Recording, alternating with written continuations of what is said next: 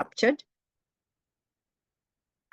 So the community agreements, especially the 4 that we usually share, are that all of you are welcome here, regardless of race, ethnicity, gender identity, sexual orientation, ability, disability, and anyone else who has a child, a parent, a pet, and wishes to eat in the session. You're also welcome to do so. If you wish, on or off camera, you can join. You can also switch off your camera whenever you want, or it on whenever you want. We always make space for others to be able to contribute. We critique ideas and not people, and we assume positive intentions. So those are the basics. We invite you to contribute to the community agreements. I've shared the link in the chat. And anything else. Should you feel that something or one of your needs are not met, kindly let me know in the chat privately, or you can let Yasa know, or you can even let Jenny know as the lead of this session. So I'm going to hand over to Jenny now so that she can take us through her session, and we wish you a wonderful time now. Over to you, Jen. Thank you very much. I'm just going to swap to the slides for the session, so give me just a moment. Try not to spend the whole session, I realize, staring up at my screen where I've put my slides, but we'll give it a go. First of all, I just wanted to say hello and welcome to everyone. It's as always, I adore doing MYFest sessions. So whether you're here right now or joining us later and looking at the recording, you are more than welcome. And I'm thrilled that you're here with us. My name's Jennie Blake. I have a random assortment of letters after my name, but in case anyone's interested, I'm a National Teaching Fellow, and I've just been awarded a collaborative award for teaching as well. And I'm a Principal Fellow of Advanced HE. And basically what those mean is, in the UK anyway, I've been involved in teaching in higher education for a long time, long enough to amass kind of, a set of things that I care deeply about and I engage with. And one of them is belonging. So we're going to talk about that today. Before I get started, I want to note that my position as a white woman in, a predominantly white culture in the United Kingdom in higher education means that I have an enormous amount of privilege when it comes to talking to things like this. It also means that I can get away with being a little bit more controversial sometimes with less blowback. So I just wanted to note that. And I think it's really important when we're talking about belonging and inclusion to always think about what the ask is. So we understand that what we're asking of ourselves and what we're asking of our students and what we're asking of our colleagues are all very contextual. And that's one of the things that we're going to talk about today. The other thing is I wanted to talk about very briefly, too fast, is that there's a lot of different ways to join in. So you're not expected to turn your camera on, as Irene noted. You don't have to say anything. You're welcome to use the chat. You're welcome to sit quietly and listen and reflect. You can just read along. The link for the slides is in the chat, and it'll be shared on the MYFest web pages. So you're more than welcome to just follow along that way. There are no expectations on you, but I would love to hear what you think as we go. There are opportunities to engage in the chat itself, and also there's a Slido quiz there, but there'll be never be a time where you're called on cold. So if you don't have anything to say in that moment, don't worry. Gone are the days when I run a year 7 classroom with like a bunch of popsicle sticks calling on students randomly. So you can listen, discuss, write, reflect, read, and all of them, I hope, will have you get something out of this session. One of the things I like talking about MYFest is how we always start sessions, and I am absolutely going to do a shameless plug for the asynchronous work that I've been doing during this particular MYFest. So I just wanted to give us 90 seconds to kind of sit quietly with ourselves, whether it's evening or lunchtime. I think most of us are on the side of the world where it's getting later in the day, and just think, what have we seen recently and loved? And the reason I'm bringing that up is because one of the things we're looking at MYFest this time for MYFest is just those things you find that we used to share on what used to be Twitter or other places that just made you smile. And we're putting them together on a Padlet. And you'll be able to see on your screen, there's the QR code. You can also see the link to the Padlet. And I will dig out the link for you as we're going into the chat if you want it. But if you want to spend just 90 seconds, you don't have to add it to the Padlet right now. But if you could drop in the chat something you saw or heard or thought that just made you kind of go, oh, that's nice, in the last couple of days, I think that would be a really good way to anchor a session. Because one of the things about belonging is how much it has to do with feeling and how much it has to do with perspective. So starting with something that is positive for us will really help this conversation. So I'm going to give us about 2 minutes. It's 120 seconds for those of us counting down. Just have a think and drop it in the chat. What have you seen and loved?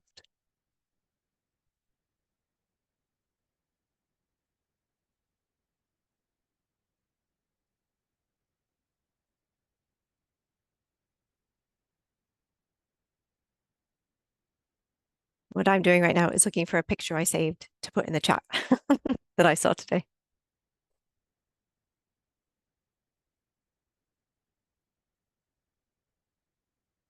Can it be something very random? Of course it can. Of course it can. I'm literally looking for a picture of a frog right now.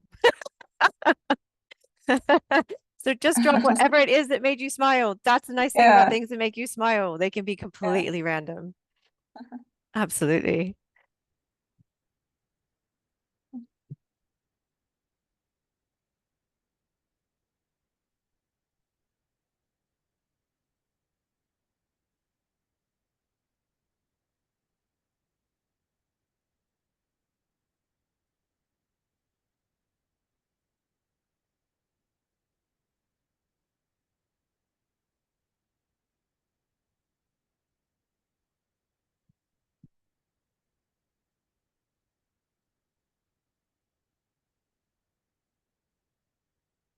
So Irene is letting us know that Maha shared a picture of a squirrel where she is in Philly, and it reminded her of growing up.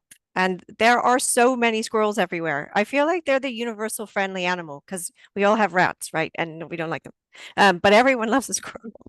So we have a squirrel family in my garden, and we've had several generations of squirrel family that we paid attention to since the pandemic. And we can tell which ones are the young ones, and like when they bring back like the next set of squirrels with them, we get a real kick out of watching them dig for peanuts. I don't know where they get the peanuts from. We don't have any peanuts anywhere near us, but they're always digging for peanuts in our garden that somehow appear at other times. Yasmin's shared an article in the Telegraph. Yeah. What made you smile? It was so relatable because it talks about like 20 different like habits that show you're a boomer. Yeah.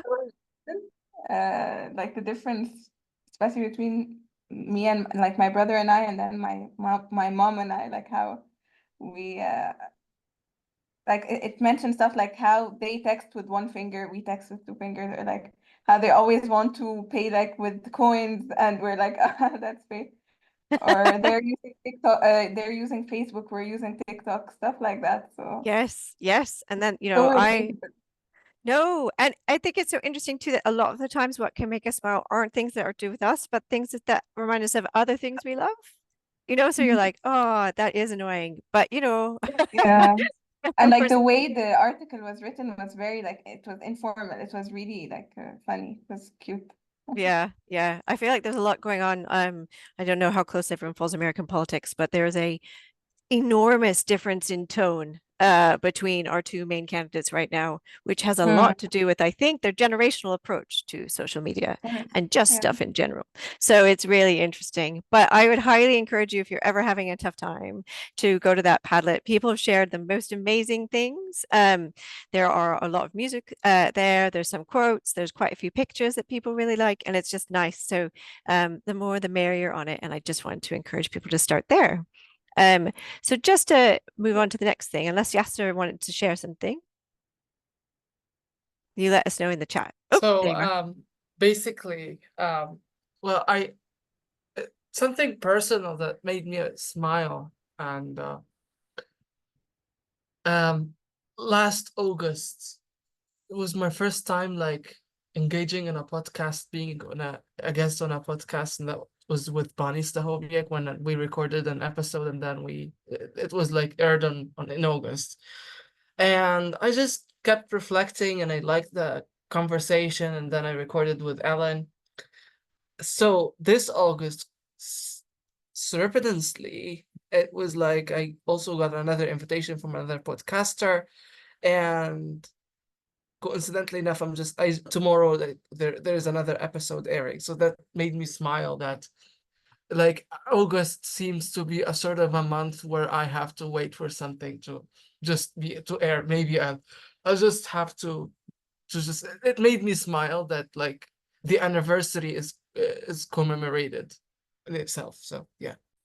And it's starting to happen more than once now, Yasser. So perhaps you can expect this for the next several Augusts. That will be your month of podcasts. One of the Maybe, yes. You never know. So what I wanted to talk about today is sort of divided into three areas, but who knows? First, I want to talk about anchor principles. So these are the things that we carry with us. And when we're talking about something like belonging, like inclusion, I think it feels a lot of the time like we're doing something new. But realistically, really, what we bring to this is the stuff we have already embedded and internalized within us. So I want us to spend a little bit of time thinking about what that might be and how we might consider it. Then I'm going to talk briefly, or we're going to talk briefly, not me, around the idea of collective action. I think, again, belonging and inclusion are often areas where we ask the other to sort it, oh, it's the university's job, or oh, it's the student's role, or who we look around for whose responsibility it is. And I'm going to make a case for it being everybody's. And then finally, we're going to talk about something I call points of pressure or points of failure, which is a way to consider where we intervene and why we might intervene there, and if that's the right place. It will be a whistle-stop tour because we've only got an hour, but hopefully it will give you food for thought and that you can return to later. So what I wanted to do is start with this idea of what you would carry with you. And a really useful metaphor someone used with me quite a while ago now, but I keep returning to it, is she talked about, well, like if you were on a desert island, what would happen? And the way she was using this metaphor was I was trying to write an application for something and I was just really struggling. And she looked at me and she went, Jenny, if I dropped you on a desert island, you would create an inclusive community of practice between crabs and birds. Like, just sit down, write that. Like, what is it about you that makes that happen? What are your internal sort of reflective questions? What are your sort of anchors that you always use that either inadvertently or coincidentally, you always keep coming back to? And how do those things then impact what you're trying to do? And so what I want us to think about in the focus around belonging, because we're talking about belonging and inclusive practice and joining in, is what are we bringing into a space? And more specifically, because it's MYFest, what are we bringing into a space in terms of teaching and learning and education? It can be framework theories, it can be framework texts. Anytime anyone asks me this question, I say Adrienne Maree Brown. It can be anything that you want. It can be framework lived experienced, right? If you have a specific lived experience that really covers your perspective. But we need to recognize and be able to articulate these because they're such an important part of the way we operate in a space. And when we're talking about belonging, that kind of self-awareness is really essential. So before we do any kind of talking, or I do any kind of talking about a framework, I wanted us to sit for just a minute or two. I'm trying something new. MYFest makes me brave. So I decided to try Slido because why do the stuff works, right? So if we could all give this a go and we'll see how it goes. I've just got a question that says, what are your anchors for inclusion and belonging? And you can go to slido.com or you can scan the QR code and just go ahead. I'll give you 3 minutes. Add as many things as you can think of. And in this case, an anchor, it can be a tiny anchor. It could be a fishhook that just sort of hangs there, making sure that you're always aware of it. Or it could be something like Quiet Massive, right? That just keeps you steady no matter what's happening. There is a whole range of anchors. And again, it can be formal or informal, lived experience, or something you've read, or somewhere in between all of those things. So we're just going to take 3 minutes together and we're going to answer this question to the best of our ability. And then we're going to have a quick chat about it. If Slido doesn't work, because who knows, feel free to put things into the chat itself. Theoretically, it's a live slide, but again, we're just being brave. So we'll spend 3 minutes together, just adding some things in.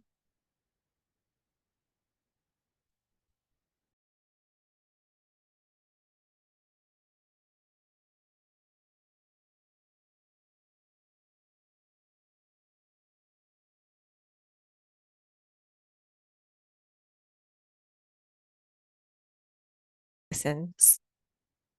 So what we're going to do now is just take a look at what our anchors are. You don't have to admit to any of them if you don't want to. That's why we have them up on the slide and they're anonymous. And that can be really helpful when we're talking about belonging and inclusion. Being able to get an awareness of where people are coming from without making it a judgment on where they're coming from is a really important kind of bit of the framework, okay? You need to really think about what you're asking of people and how to mitigate against any kind of barrier they may be experiencing. But the kinds of things we have down are surrounding myself with people who actually listen, sharing my experiences, so that sort of community bonding aspect. WAIT, which stands for Why Am I Talking, which is another Adrienne Marie Brown, although she cites who she got it from in her book. Reassurance by family members, happiness, happy faces, happy voices, stories told to my siblings, and I by my grandmother. There were other things around inclusive practice and bringing in more voices and ensuring parity of participation. And the reason we're starting with this today and having this be part of our discussion is that I think it's so important that we're aware of the lenses that we're bringing to this, and this will tie directly into when we look at Cobb and Krownapple framework. Because a lot of times what I hear when I discuss belonging with others is a really strong sense that belonging is about joining the crowd, right? Being able to blend in. You get access, you don't stand out, you are not someone who has to sort of elbow their way into their space. Space is made for you. But all of that is often predicated, right? It's often conditional. And I think if we don't reflect on where we're coming from, we may inadvertently put conditions on someone or some aspect of belonging within our work, within our practice, within our teaching. And it's only when we start wondering, okay, well, what are the things I view, right? When I see them, I feel like someone belongs. Then you can kind of reflect, well, what would it be if they did demonstrate that to me? How else could it happen? And you can really start being more reflective and comprehensive. Before we move on, is there anything anyone want to share at this point about their anchors? Although WAIT is not mine, I like it, but I would add something like, why am I still talking? Because I learned over time that because of my enthusiasm and a lot of things, I can talk a lot, but with time you realize, hey, wait a minute, why am I still talking? Nobody else has said anything. So I like that a lot. Now I know what to call it. Yeah, I read that and I was like, oh, I feel called out now. Because I'm the same. I process by talking. I love talking to other people. And I think sometimes when that makes you feel included, someone listening or someone talking to you, you try to force that framework onto everything that you're doing. And it's not until, like Irene said, you go, wait a minute, why am I still talking? Then you can take that break, or you can kind of just calm down, or I have to actually physically sit on my hands. That's what makes me quiet. It's like a physical reminder, just keep my mouth shut if I'm putting pressure on my hands. And so we started with these kind of anchors, and I want to say anyone can just chip in either in the chat or you could just talk, because we're a nice cozy group today. But we started with these anchors because I wanted to use this framework with you today. So this is Cobb and Krownapple's framework that they have in a book called Belonging Through a Culture of Dignity. And it's incredible. If anyone has an anchor text, that's one of mine. It's a book that looks at research in schools in America.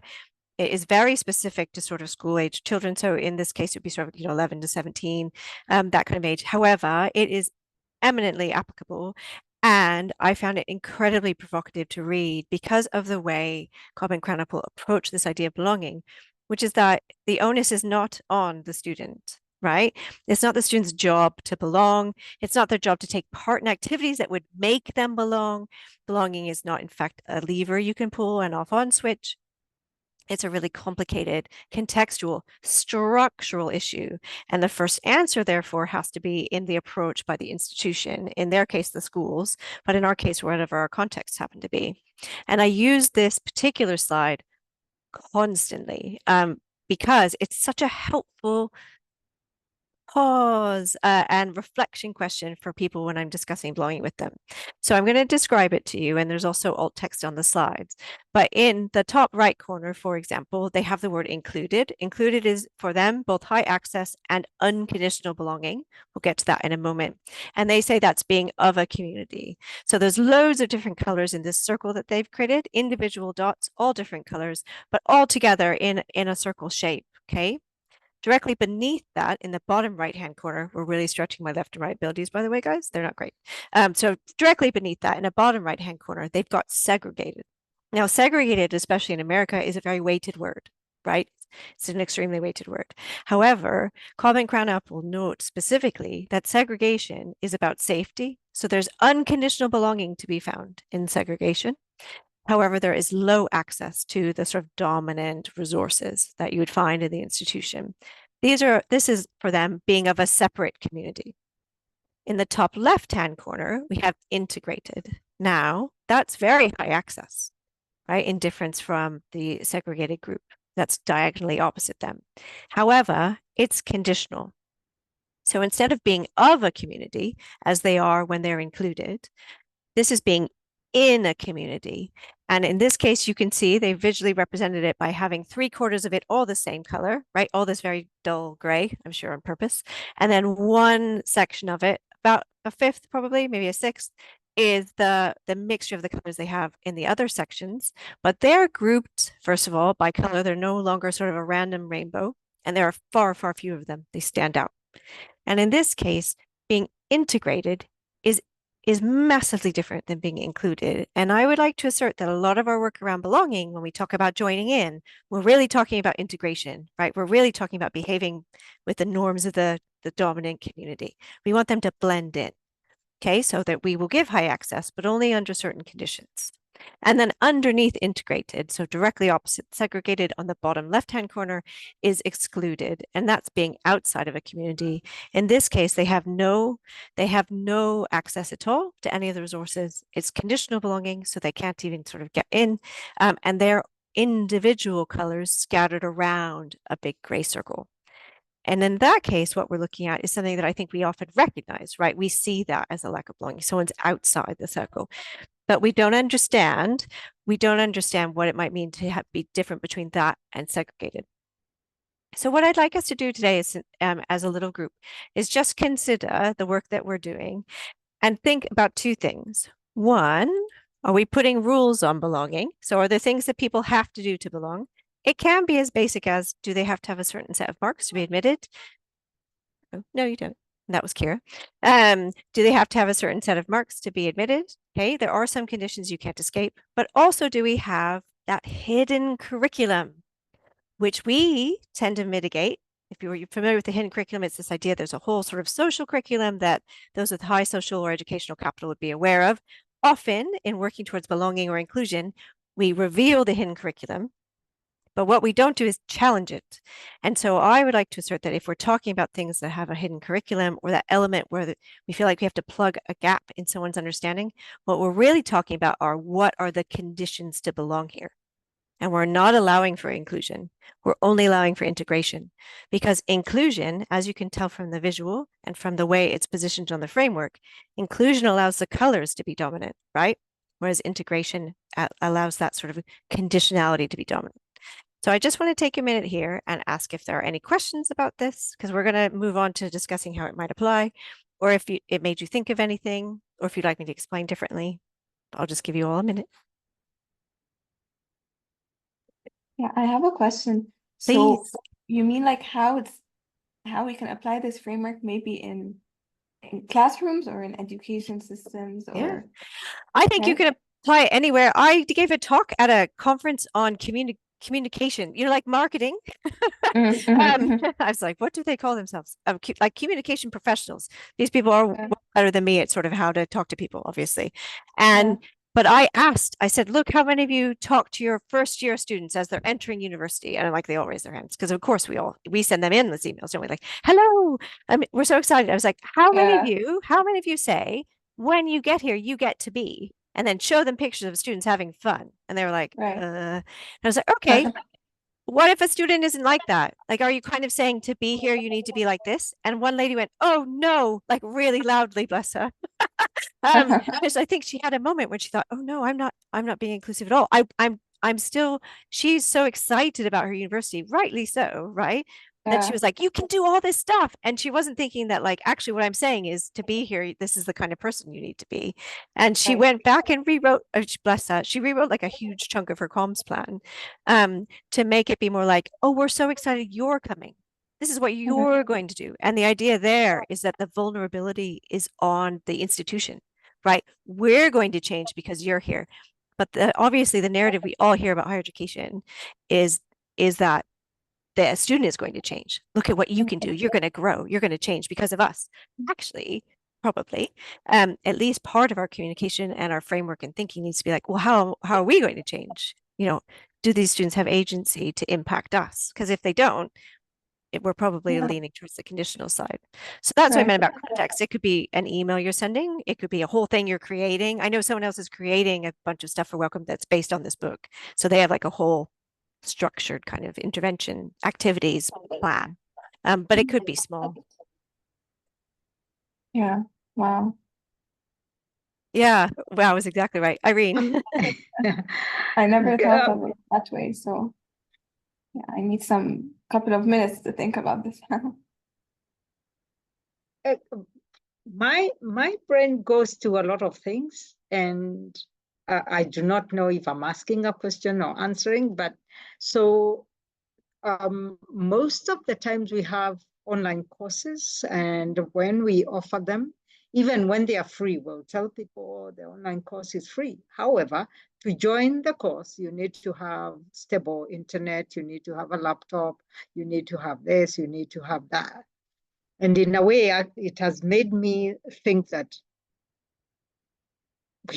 I don't know if we are excluding or we're integrating, or because it sounds like, okay, we are going to give you something for free, but it's actually not free, because if you don't have these things, then you can't join. Yeah, I don't know what I'm asking, but yeah, that's No, this is so when I read this, I had the same process. I was like, oh no. And same as that woman in the talk, like, oh no. Because similarly, I thought, okay, well, if I'm saying we have prerequisites, right, across America, and they definitely in the UK as well, where you're like, you need to at least know this. And I can't see how you can escape them, especially in specific contexts where like you really do need to know this to do this next thing. But my question then should be, how essential is that? Am I assuming it's essential, or do I know it is? And it's that question of assumption that I think is most valuable, because sometimes the answer is like, yeah, you just have to be able to access the internet. We're like, we're deeply sorry. We will email you all the slides, but to participate the way, the majority are intended to participate, this is a condition, but we acknowledge it, we have attempted to mitigate it, and we know it's there.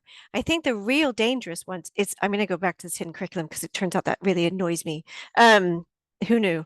But this idea that like it's okay if we just like tell you what it is, but we've not questioned why it exists. So my first question would always be like, well, if we have a hidden curriculum, hello, Yasser, we have a hidden curriculum. Why? If there are conditions to success that are effectively, buried underneath culture and history and all sorts of things and systemic racism and other enormous barriers. Why aren't we questioning whether those things are even necessary, as opposed to assuming, well, of course, if I think this is important, I must make sure you know it's important. So a condition of you joining in is agreeing with me. It's sort of, it's a different place to start the conversation. I think sometimes our answers, so Irene was mentioning yesterday that sometimes when we create systems, there are conditions like internet access, or in my case, like prerequisites for particular modules. You can't escape them, but you need to be transparent and you need to be sure that they are actually essential to the experience. And that might be where we aren't doing enough reflection, we aren't doing enough investigating. We're just sort of going like, well, I mean, I guess they didn't want to engage. You're like, Another area I think is really fascinating with this is if you look at international students, there's a lot of discussion around working with international students. Why do they only stay in their own groups? Why won't they come and join in? Da, da, da, da, da. So the question there is always like, why have they chosen to self-segregate? And it can be, there are loads of other groups that do this obviously as well, actually. And it has a lot to do with safety and community. And then the question should no longer be, well, why have they done that? But how can we move closer as an institution so that they can have the access without being asked, because they feel unsafe clearly, without being asked to leave, their separated community, or what needs to happen here to make us join up, as opposed to well, how can we force them to leave where they're feeling safe? A lot of this I think comes down to safety, understanding, and support, and where you find those things. And institutions just, I think they struggle for a whole bunch of reasons. But if we, as the people working in them, we are the people who can make a change. If we carry something like this with us, then I think it can be helpful. Yasmin, have you been having your think? Yeah, very much. I think, like you said, or my opinion, I feel sometimes it's a bit inevitable sometimes to, I wouldn't say to exclude people, but sometimes to, like you said, like there has to be internet access. That's the prerequisite. We can't do anything about it. But I feel what's much more needed is that to acknowledge that some might need help or might need like this induction period, and not just assume that everyone is ready to go whenever they enter this learning environment or space. Or I realized maybe on my scale, maybe you're talking about higher institutes and research, but in my context, just like as a student, sometimes, like when I'm reading the syllabus before I start a class, it's like, if you do not know how to do X, consider dropping this class. Or if you are not willing to do Y, then, so this definitely relates to what you're saying about like why, like the inclusion part, exclusion part. So I am thinking that it is there should, I understand why a professor might want this student to know how to do this, but there should be a phase where they teach them, not tell them, I'll just drop this class if you're not ready, because the content of this class is relevant and necessary to me as a student. It's just there's one small teeny tiny bit I need to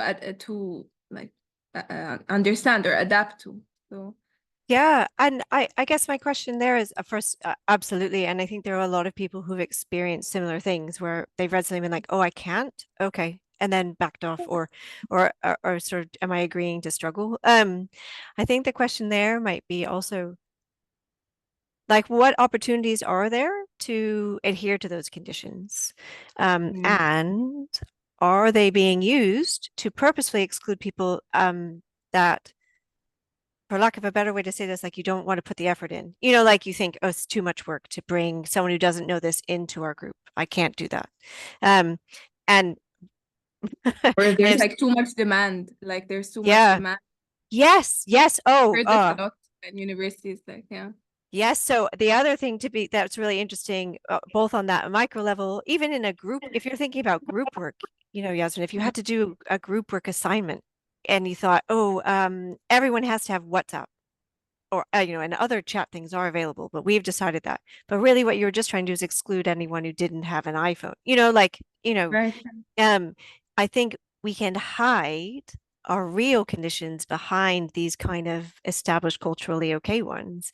And what we need to do, hopefully, is, people like you and everyone in MYFest who are working in this space, we need to help our students and our colleagues with language for questioning it. Because the answer may be, yes, this can only happen on an Android phone or whatever. That may be the way it is. Then the next question is, well, why can't we get everyone an Android phone? Where are you actually excluding? I think should be the real, because at some point you can't, we would love universal higher education, but like we live in a neoliberal society and that's just not there. So there's a lot going on. And but we need to be really clear where it's actually happening and honest, and then transparent about what mitigations we put in place. And I think we're so afraid of unpacking that sometimes. It can be really quite fraught. And so the other thing we need to feel is part of a community that's doing it together, right? Otherwise, you spend all your time feeling awful, right? You're like, I can't give you a phone. I don't have, I don't own 90 Androids. No one's going to give me cash, So the other thing we need to do is, like you said, you can talk about this in a tiny space. And if going back to Marie Brown and the idea of small steps, of small steps taken in concert.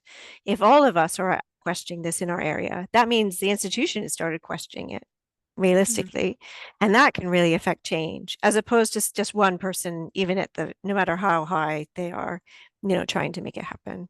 So I think it's one of those things that it feels like it should be big, but actually, if we all did it in little ways, it can really start making a difference, or at least making some noise. Yeah. Before I move on, about why you're excluding, is it just because you're taking the easy way out, or is it because there's not enough resources, or is it because the students or the community don't have the capacity to live up to the certain demands or expectations of the whatever back first class conference, whatever? Yes, sir. Jenny, sometimes I think of exclusion as a form of protecting the space. Recently, I've been trying to get along with the idea that, okay, let's understand the exclusion. And in order to dismantle the barriers that exist in any space, that you have to understand what are the underlying conditions that govern such, barriers. And then maybe perhaps a year ago, I read about the generous exclusion and generous authority coined by Priya Parker. And then when she said that we can just generously exclude people because we want to protect the space, just like much like when we sort of in a faculty development setting, that you just have to exclude students in order to protect faculty and to allow them to say whatever they think. So did you have a thought in line with this sort of idea, and how you might just understand the fine line between protecting your space and then not excluding people for the sake of just excluding them? So I don't have a complete thought. I have a small thought. I think a lot of this has to do with being transparent. So when we say to students, this is ed dev, this is academic development, you are not welcome here, we need to be able to say, look, faculty are going to be struggling through how to teach you, and it's not appropriate at this time in this module, it would hamper their ability to be vulnerable. And I think if you can explain things, then you're probably, hold on, Kira, sorry, small child, that you're probably on your way to creating a community, right? And that's a community that may have specific goals and therefore needs specific sort of understandings. But what you're not doing is hiding it and being like, well, you don't count because you're not, this is only for staff, and then not explaining what it is that makes it only for staff. I also think the most important part of this whole process, and I'm holding out my hand and like drawing a circle on it for some reason, but is that you understand who's on the margins. And when you said staff, so, it needs to be just staff, I immediately thought, but what about postgraduate researchers? Because they inhabit this weird liminal space in a lot of places where, in fact, this, yes, right? They're kind of staff, but they're sort of students. Where are they allowed to be? Who's allowed, what kind of voice do they have? And you need to be able to answer the questions on the margins, I would think, with confidence. It doesn't mean your answer is always going to be let everyone in. And I agree that there are safety issues in a lot of those cases, especially when you ask people to be vulnerable. But it's really important that you can explain clearly and truthfully, transparently what's actually going on. And that's a really helpful segue because we're already sort of talking about this next. So on this page, there's also alt text on the slides, but on this page, there is a three-legged stool. I recently became very enamored of this as a metaphor because obviously a two-legged stool is not helpful at all. You just fall over.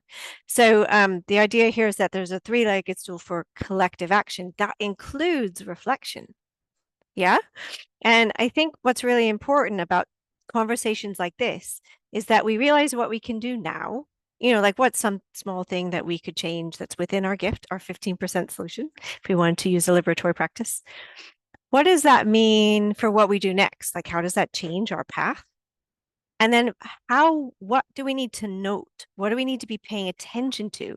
If we're thinking about that framework, if we're thinking about whether we're being conditional or unconditional, what kinds of decisions are we making? And at what points do we need to stop and like assess the path that we're on, or think about using, the kind of, is this conditional or not, as a reflective question in our context? Because if we're talking about collective action, little things. Oh, thank you, Irene. So Irene's just noted that 3 legs or 3 stones is used a lot to show stability in African culture, at least in Kenyan culture. And it's that idea, isn't it, that like mind, body, and spirit, that there's a third element that is perhaps not as connected to the active, but is more about making it a whole, right? And in this case, in the case of collective action, I think there's things we do now, what that means we can do next, and where we need to stop and think. And I think Yasser was really demonstrating that in a really nuanced way with his question, because if now we wanted to create a inclusive faculty space, right, a truly inclusive one where people felt they belonged, right, so that anyone could ask the questions that they needed in order to improve their teaching, we would have to sort of conditionalize that, by saying, well, you need to be teaching. And then we might need to go further if there are restrictions on resource or access, and it might need to be, well, you need to be teaching at this level, or you need to be teaching at this institution, or you need to be teaching in this specific area.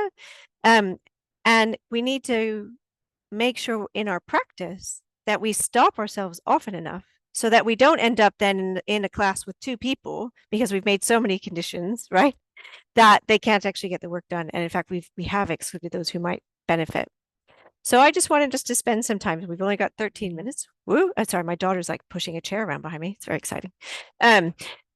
We can, if I just want to spend some time having a chat about what we thought we could do now, where we can embed this sort of questioning to impact future work, and how we might make this reflective practice appropriate for our context. We're going to take the questions one at a time, and I'm going to give you a little bit of time to turn your camera off and just have a think right now.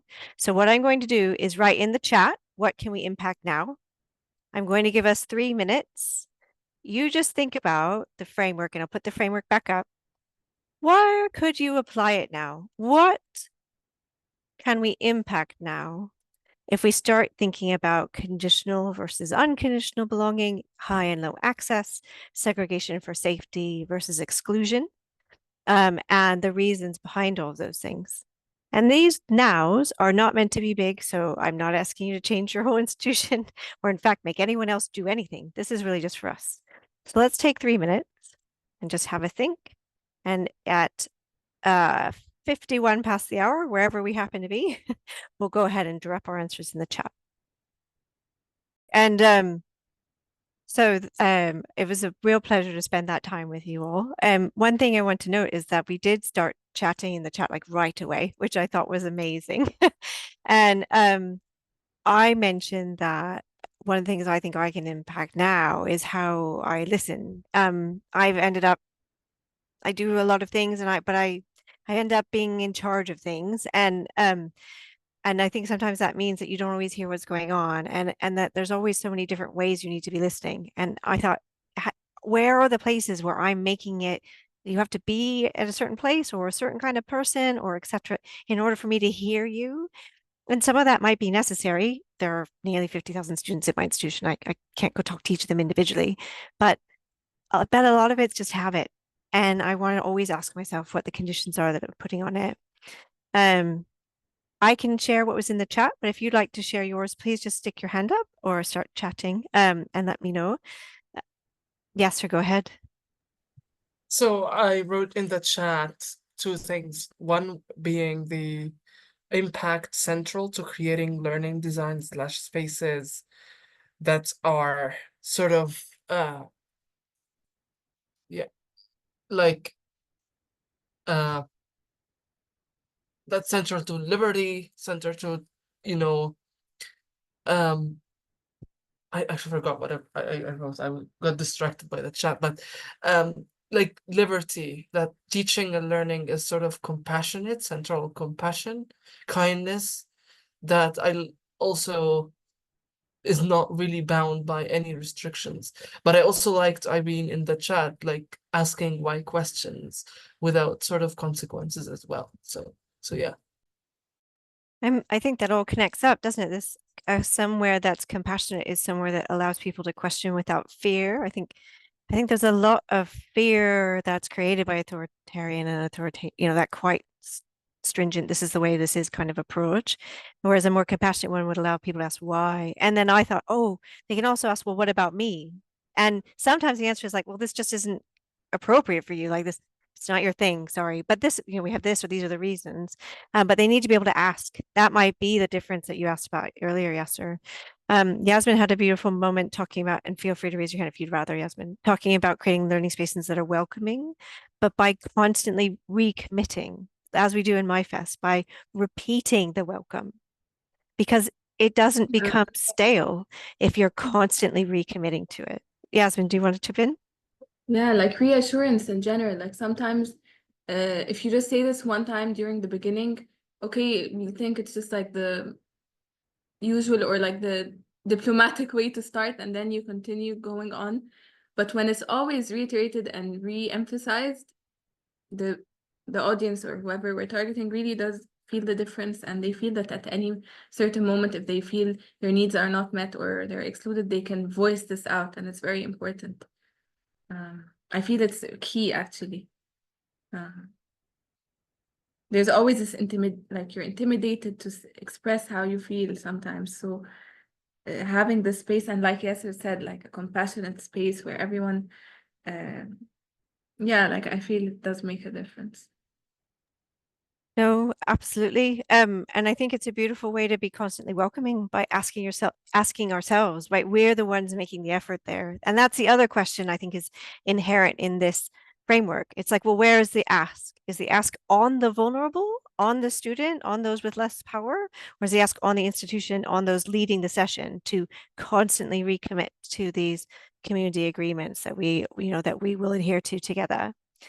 I wanted to just wrap up a little bit by talking about, first of all, this is genuinely my desktop. So there's a picture on it's truncated on the page, but it's a bit of graffiti. I haven't been able to figure out where. I just found the picture randomly on the internet one day, but it says "Good morning and have a revolutionary day," and I adore that picture. So I just wanted to end the session by talking about points of pressure versus points of failure. I think our instinct is to look at where something's broke and try and fix it, often by throwing more resource or more effort or more attention to that space. But I hang around enough engineers to know that often things fail, perhaps at a weak point, but the pressure comes from elsewhere. And if we're talking about belonging, our inclination and instinct to put our attention on the point of failure, the group that is excluded, for example, those who are not speaking, that draws our attention to an output or a secondary measure of something else that may actually be happening. So along with the questions that I want us to ask ourselves around conditional and unconditional belonging, around inclusion, integration, segregation, and exclusion, is this idea of where are we putting our attention and what is drawing it there? What are our sort of unconscious biases or unexplored perspectives that are drawing us to pay attention and make those changes? And if that point is not a point of pressure, if smoothing it over, if rebuilding it, if adding to it won't solve perhaps a more holistic problem, how far back, where do we need to go to locate it? Because one of the things about belonging is we mean it to each individual, and then we have to mean it as a community. And that just gives you infinite points of exciting engagement and change, and also infinitely potential areas where you might get anxious or concerned. And we need to make sure that we don't just start focusing in on one space or one place without realizing that that might be perhaps what we're doing. So when I talked about a framework, I kept going back and forth about whether that's an appropriate word. And at this point, I've said it so often, I don't even know what it means anymore. But for me, a framework isn't necessarily something that is rigid. I mean, it might be in real life, how other people define it. But when I'm thinking about this, it's not rigidity. It's the thing that I always return to make sure that actually what I'm doing is emergent, flexible, and contextually appropriate. And that often means that my framework is not so much, a set of criteria, but a set of questions. And what I wanted to leave with us today and leave you thinking about today was the idea that belonging and joining in, Yasser put it beautifully where he says, where does our privilege lie? Those of us with the power should be the vulnerable. Those of us with the structural sort of agency need to look to what we can do in those spaces. But all of us can think about and reflect on how we're approaching something, what our perspective might be, and what we might sort of unconsciously be doing, sometimes to protect ourselves, sometimes to protect others, sometimes just out of habit. And just considering, is that an actual point of failure? Is it a point of pressure? Is it just my perspective? And I think that kind of reflection, that kind of questioning can really make a massive impact. We're bang on the hour. So I just wanted to touch briefly on two things. First of all, the elegant step idea, which we've returned to again and again, sort of organically, but that's Adrienne Marie Brown's idea that we do what we can with those who are here with us. And then secondly, to return to what we did at the beginning, one of the things I put on that Padlet is this Tumblr, the weirdest place on the internet. There was a post there about how we worry all the time about going back in the past and changing one tiny thing and like ruining the future. But none of us make the same kind of anxious worry about something we might change tomorrow. But it's the same idea, right? A small change can make big things happen later. And then finally, that's me. A friend of mine drew that for me. And I love talking about this, obviously. So you've got my email, you've got my socials, and you've got this recording. It's been such a pleasure. Do fill out the feedback form. And if you ever want to chat about this, you know where to find me now. Thanks for joining me for this hour, guys. It's been great. Thank you so much for this informative session. Really. No, I loved it. Thanks for coming, Yasmin. Yeah. All right. Pause.